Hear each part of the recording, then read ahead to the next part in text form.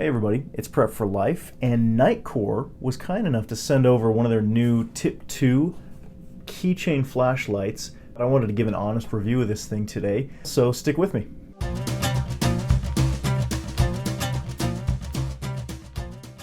Alright, so digging in, I have to be completely honest, I was never really interested in the Tip 1. I don't know, no knock against Nitecore. I really feel like, looking this over, there was some improvement in the design. So first and foremost, you can see right here, it's a dual LED design. So essentially by doubling up on the LEDs, they have effectively doubled the lumens. Now the throw is not going to be super long distance. This is a keychain flashlight, but the fact that it's a 720 lumen keychain flashlight really caught my attention.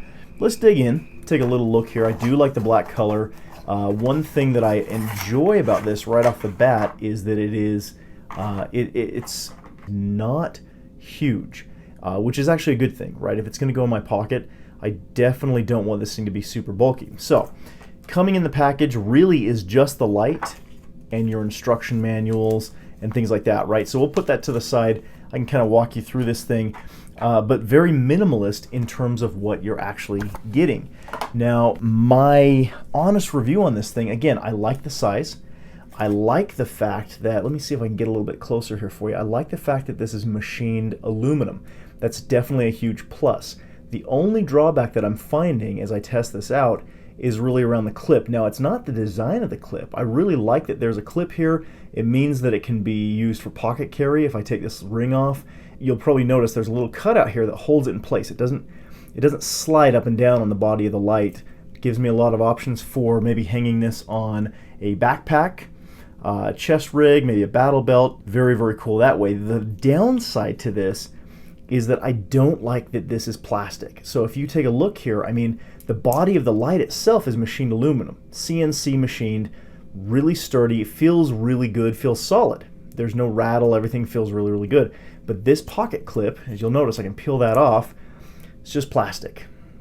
And I'm not super happy about that. I can see that there's some reinforcement there around the curve of the clip, and that's a good thing. But to be honest, I'm not entirely convinced that this is going to stand up to, years of everyday carry.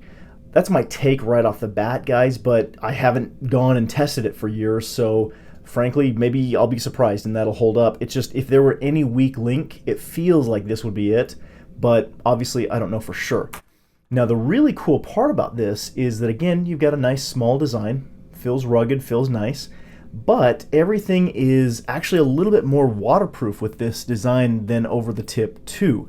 So you're actually looking at an IP67 rating, mainly because this is, again, USB rechargeable, which I love. I don't have to worry about changing batteries, but everything's tucked underneath a magnetic cap here, and there's my USB charger. But I also get some pretty strong magnets coming with a cap. So kind of nice, if I'm putting this in my pocket or on my keychain, it's not just attracting everything that's in my pocket, it's actually putting everything, all the attraction right in there. Now you'll notice this is kind of holding on just a little bit.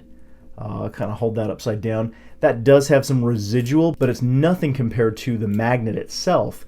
And it's a pretty substantial grab. I have to pull, I think I read it's about 5 pounds of force to actually pull that off. So I like that. It actually means that I do have some additional carry options if I want to maybe hook this to something on my key ring or onto a backpack and then basically just yank. And I like that. I think that's pretty cool use. The magnet also allows me a lot of different options in terms of mounting. If I want to throw that onto something of a metal surface, my refrigerator, maybe the hood of my car while I'm working on it, gives me a lot of options there. I think the magnets are getting really big right now in the pocket keychain world, and I do like it as long as it's, has options like this where I can cover that up and kind of minimize the effects on maybe my wallet, keys, things like that. So in terms of functionality, guys, a couple of things that I'd run you through on this, and it's actually pretty easy to utilize, pretty easy to run this flashlight once you get used to how everything's set up. So first and foremost, the Nitecores are actually coming with this advanced power cutoff. If you watched any of the other videos on some of the other pocket lights like the TUP that I've done, advanced power cutoff means that you're not having this parasitic drain on your battery while it's just sitting there. And I can actually attest to that. The Nitecore flashlight batteries really do last a long time just sitting on a shelf for months Again, it's always a good practice to just kind of charge these up every few months, but they really don't drain. And I've really enjoyed that with the Nitecore flashlights. A couple of things with the power indication. So as I press this, there we go. You're going to notice the blinking lights. So when it flashes 3 times, that means that I've actually got power above 50%. Okay, twice indicates the power is below 50%. Flashing once indicates that it's below 10% and obviously would need to be charged. So really easy there.